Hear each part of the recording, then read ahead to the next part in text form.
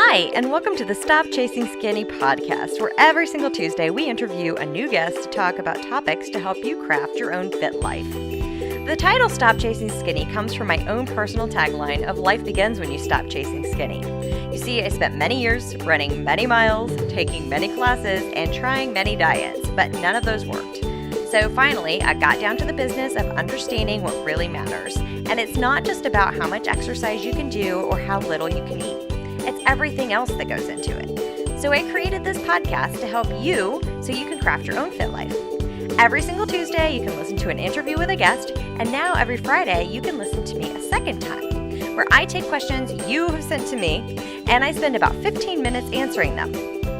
You can even feed your brain this nourishing brain food by listening while you're cooking, commuting, cleaning, walking the dog, or just about anything else, because that is how we craft a fit life.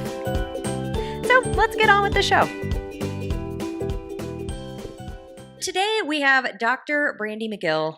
Dr. Brandy and I are in the same networking group. There's a theme here, here in San Diego. And I was so excited to be able to talk to her about the naturopathic medicine that she practices. You listeners have noticed that I like to invite guests that talk about naturopathic medicine. It's different from what we may usually see. And it's not just treating the symptoms, which I think is super important.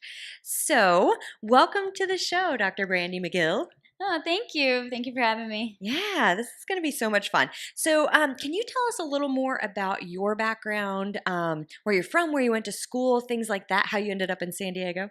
Okay. So I'm originally from Nashville, Tennessee, a really small town outside of Nashville.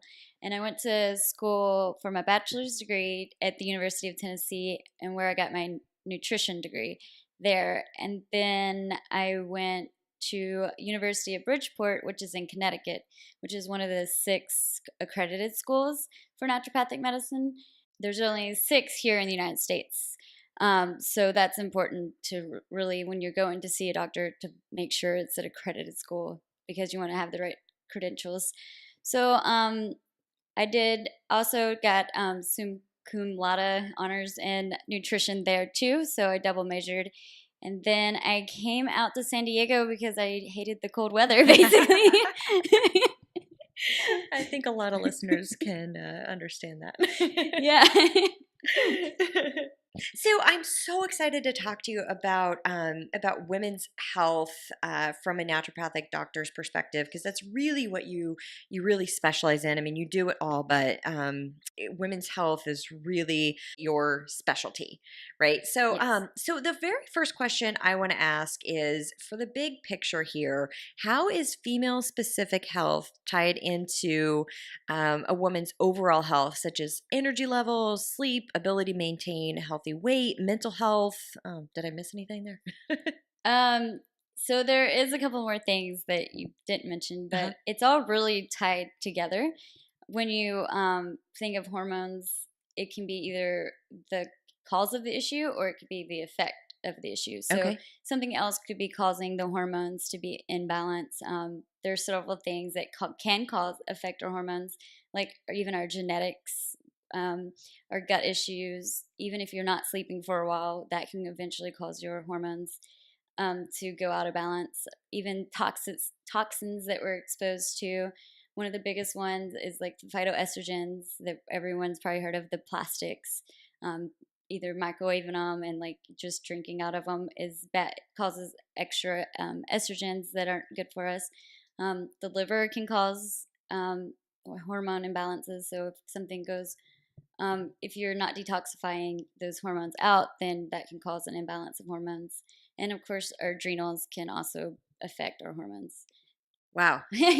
So everything's connected. Yes, is what you're trying everything to say. is connected. No, and that's great. That's the first time I really heard it explained like that. And I do come across a lot of clients that they either have had hormonal issues or they're having hormonal issues. And yeah, it kind of does seem like it's either like what is the chicken or the egg, right? Like you're not quite sure which is which. Yeah, so let's go ahead and break down some of those and discuss how how they're connected, how you see these problems presenting themselves. Okay, so there are several different ways that you probably can see them present themselves. So let's say the sleep. So if you're not sleeping basically, and there's like if you're not having trouble going to sleep, or if you're not staying asleep, or if you don't feel rested in the morning, there can be another cause of it, and hormones can be affecting your sleep. They can either keep you up or they can make you exhausted. So it just depends on basically which hormone is out of balance.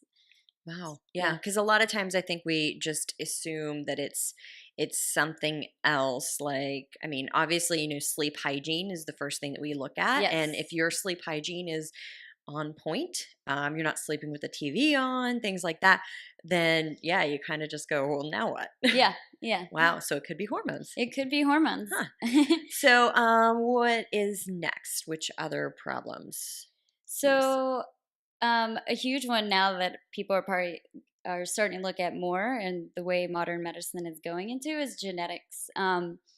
So I ran a epigenetics test that tells us basically how you. Everyone's probably heard of the MTHFR, the B12 um, uh, enzyme for the converting, and it starts there, but it's also I run like a test that does, I want to say different, they just run different enzymes, and it can Okay. lead us to like the actual cause of what's going on. Like I feel like it's getting to the bottom of what what is really going on in your body, because you can't change your genetics, but you can Right. change how you process some things. So I can give you supplements to actually help get to that point, and how that connects to your, basically everything is connected. Hmm. So if something is going, if there you do have a genetic synapse is what we call them. We don't want to call them like mutations or anything, because they're not mutations. Right. But you just need extra support. So some of them, there's one of them I run is the MAOs, which are like dopamines levels, can help convert the dopamines and your norepinephrine and your norepinephrine and your epinephrine. So those can connect to our hormones and how we process those. So basically, it's cause and effect. Yeah. Yeah. Oh, that's awesome. And can you say the initial issue again? Because Oh, honestly, before I had talked to you, I'd never heard of it. And I yeah. am gonna we'll put a link in here to explain a little bit. Like if you want to see the whole paper on it. Yeah. But what's the name again?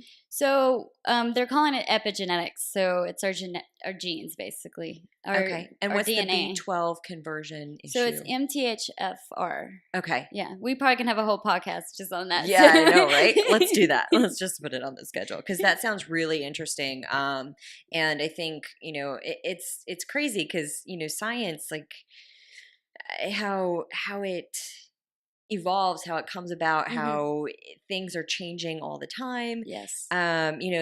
Things that we used to not know about, and now like it's coming to light. So it's Yeah. crazy, right? Like maybe in 20 years we're gonna be like, remember when that came out? Yeah. Yeah, because we have all of these band-aids that we put on ourselves to kind of cope with it, like over caffeinating ourselves and things Yes. like that, right? Hmm. So what else as far as, like we said, some things present themselves like, this podcast is really focused on, primarily through, fitness stuff. Yeah. So what about like maintaining a healthy weight? How is that connected to our hormones? So like if you look at our human body, or the two different, a male and a female, so you can tell that a female has like the estrogen is carried in our waist, and so that's what we're always fighting Yeah. against, basically. So I am warring against my own. so that's how like can affect our weight. And then so when we have, for women who like have PMS, they can start craving certain foods too before their periods, and they can be doing great until they get that week or two before their period, and then they're all of a sudden like, I want sugar. And so that can be a sign of imbalances in your hormones too. So that can totally make weight loss or weight gain an issue.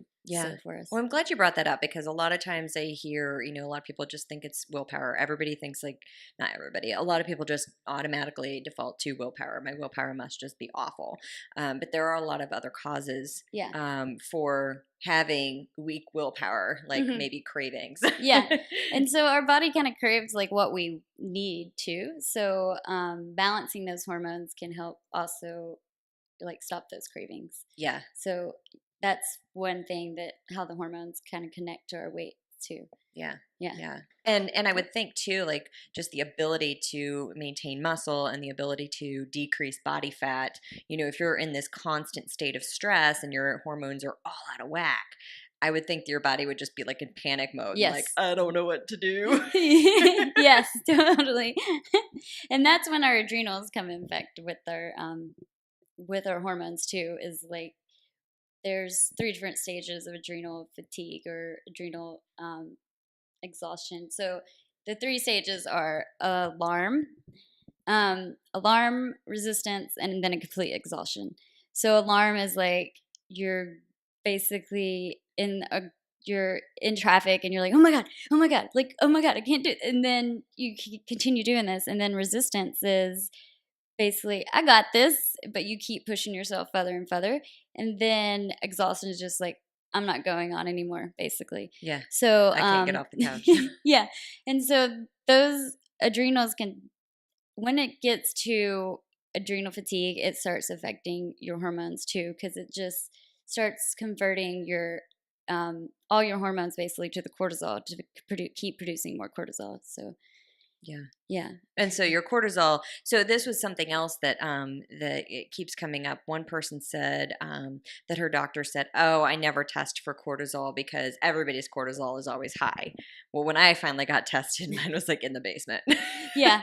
Right. So if you think this is an issue, you should have an actual test done, right? Yes. And I do a cortisol saliva test, which shows 4 different. You just basically spit in a tube 4 times, and then you so we can see it all day.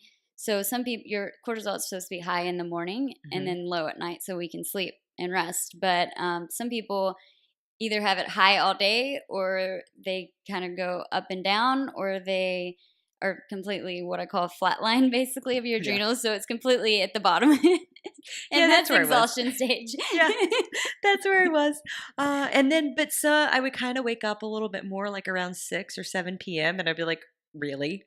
Yeah. Like all day I've been like a zombie, and now it's like in the evening and I'm awake. What's up with that? Yeah. So your body just gets basically confused and it doesn't really know, like, what we're supposed to do is run from the bear and then relax and recover. And most people, and not most people, but really in this with the way we've made American society, we keep running from that bear. Right.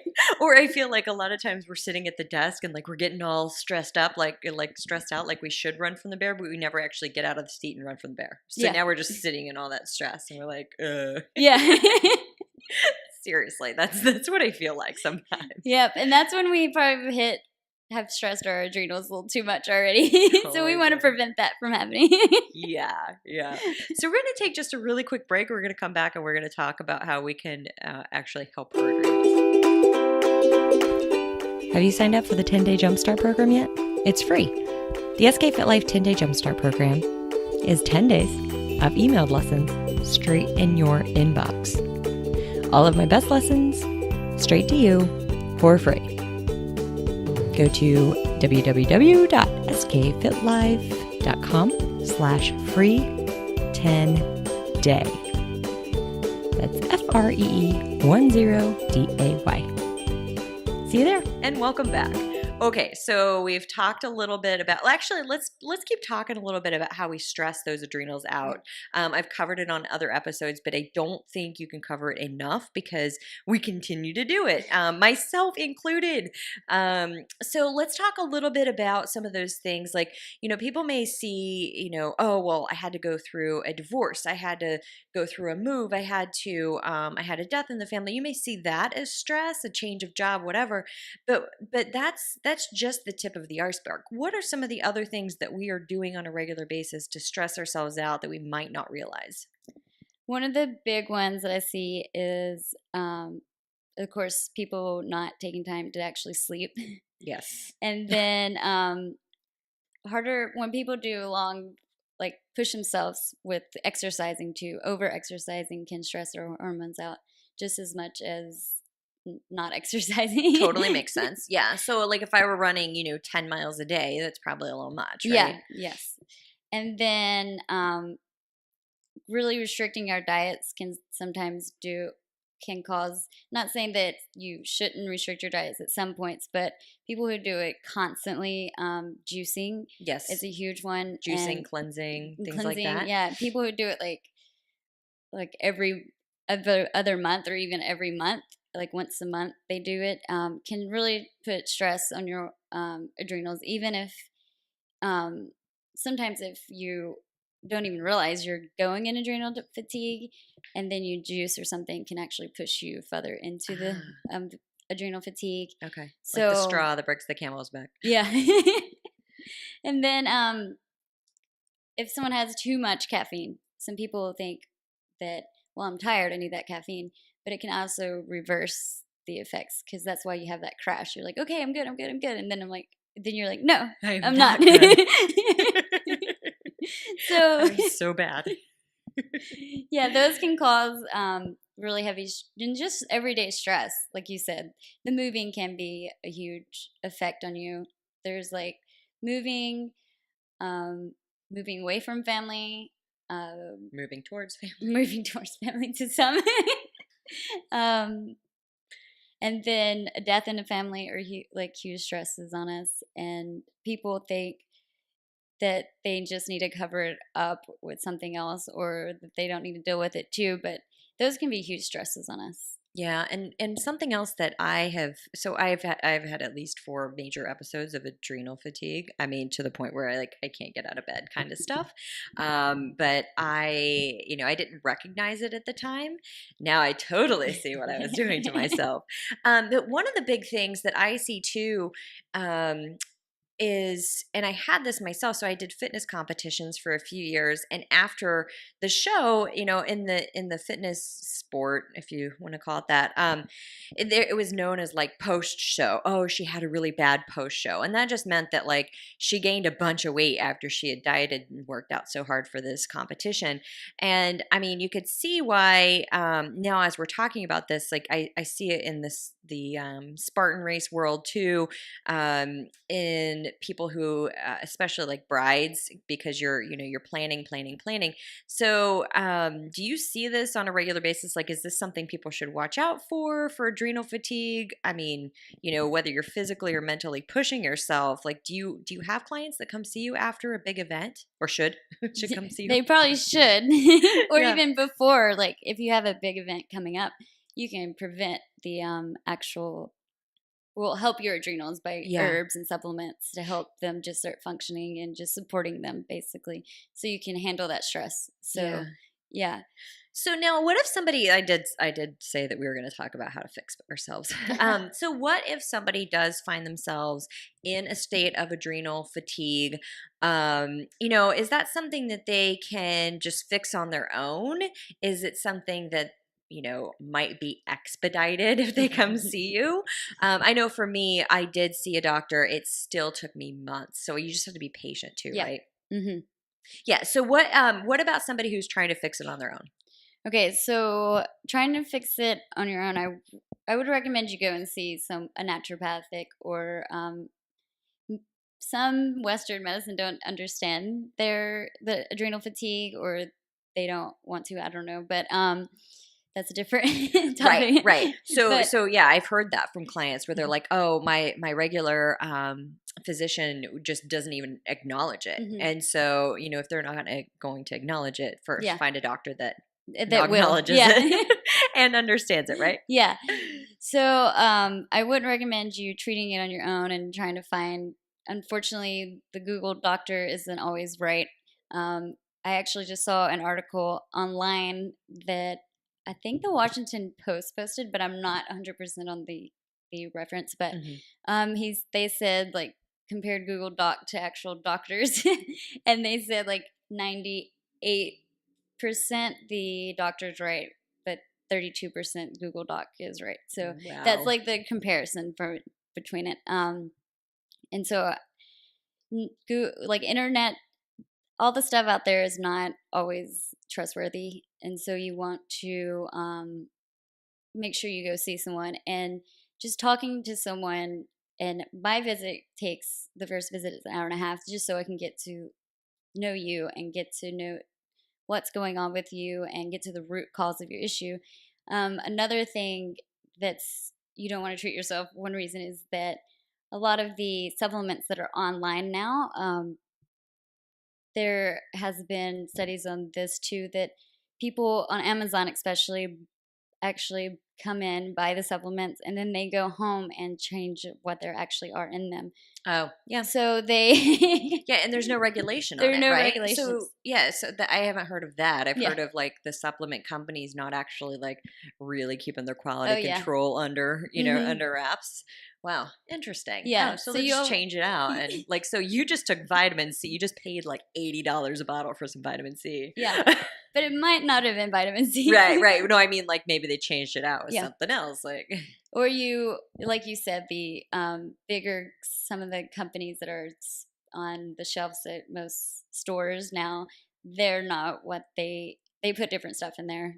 Yeah. Some multivitamins even have found trace of aluminum in there. So it's like, you're not here's really. your heavy metal dose. Yeah. So going to a naturopathic doctor or another doctor will actually help prevent those things from happening, because what we want you to do is get better, not worse, and be putting good things in your body. And so I know I meet with the reps and companies all the time to make sure and research their products and really kind of go through every little detail that's in there and make sure it's also a higher dose so that it can be effective. Yeah, and bioavailability too, right? Like Yeah. a lot of the stuff that you see on the regular grocery store shelves, like it's synthetically produced. It's not actually bioavailable to your Yeah. body at all. Yes. And like it could even do more damage, right? Yes. No thanks. I've done enough damage to myself with the stress. Oh man. So let's talk a little bit about the working out part. I actually have several clients that come to me now because, they've been suffering from adrenal fatigue, burnout, what they think is like they're going crazy. It feels like you're going crazy. I thought mine was major depressive disorder, had been diagnosed with it and treated for it. I mean, really, like it was just time in bed that got me like back on my feet. And so, like once you've had this diagnosis, you've experienced this, especially if you put yourself into this through over exercising. Now, you need to exercise, it makes you feel good, it's healthy, but how much is too much? What do you even do at this point? So as a doctor, like what do you like to see your clients doing on their road to recovery? Rest. Awesome. Okay. Rest and get the nutrients that they need and herbal support. So just our body has the innate ability to heal itself. We just sometimes need that extra rest and extra push through the supplements. So those are huge things. And like you said, you do need to exercise, but just while you're exercising, just listen to your body. And we have to be in tune with our bodies, so because it tells us when to rest. before. It does. But it we does. just have to listen to it. I know, right? We like to override it a lot of times, and it's tough though, because like like I said, I mean, I'm in the fitness industry. I see these things all the time, and it's always a fine line between like how much do you motivate your clients Mhm. to reach for their goals and push harder, and at what point do you tell them like, no, you're gonna do much better if you back off, if you just need to chill out. Yeah.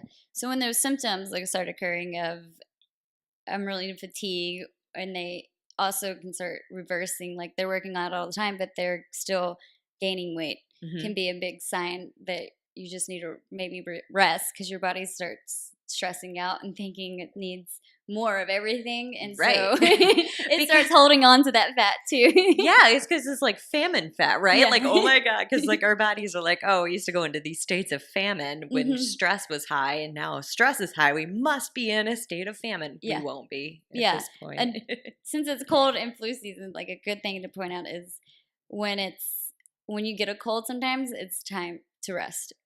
Oh, that's Yeah. an excellent point. Yeah, exactly. Like when I ended up completely sick, and you were like, and here, do all of these home remedies, which was awesome, by the way. But I knew that was my adrenals. I knew I was just pushing it too hard, Yeah. traveling too much, not sleeping enough.